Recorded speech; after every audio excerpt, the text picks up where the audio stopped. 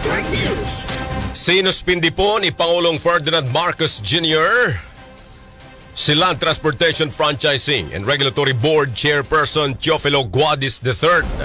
Ayon sa Presidential Communications Office, iniutos ng Pangulo ang suspensyon dahil sa umano'y korupsyon sa ilalim ng kanyang pamamahala. Hindi raw kailanman kukonsintihin ng Pangulong Marcos Jr. ang mga hindi magandang gawain kagaya nga ng katiwalian.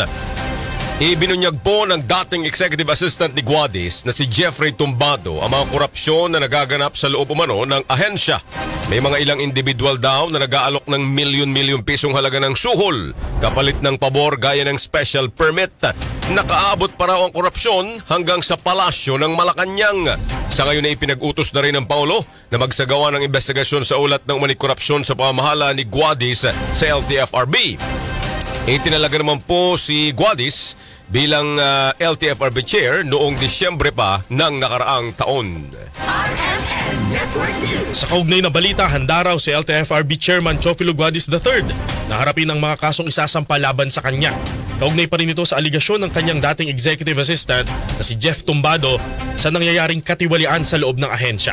Sa pahayag, sinabi po ni Guadis na malinis ang kanyang kalooban at mananatili siyang kakampi ng bayan.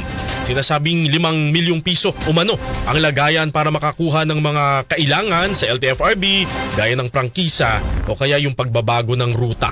Ibinunyag pa nito na nakararating umano ang pera maging sa DOTR at sa Malacanang. Ayon kay Tumbado, sa kanya dumadaan ang lahat ng special request. Siya rin ang nagpoproseso nito, base na rin daw sa utos ni Guadis. Habang ang mga regional director naman ng LTFRB ay may kota na 2 milyong piso kada buwan.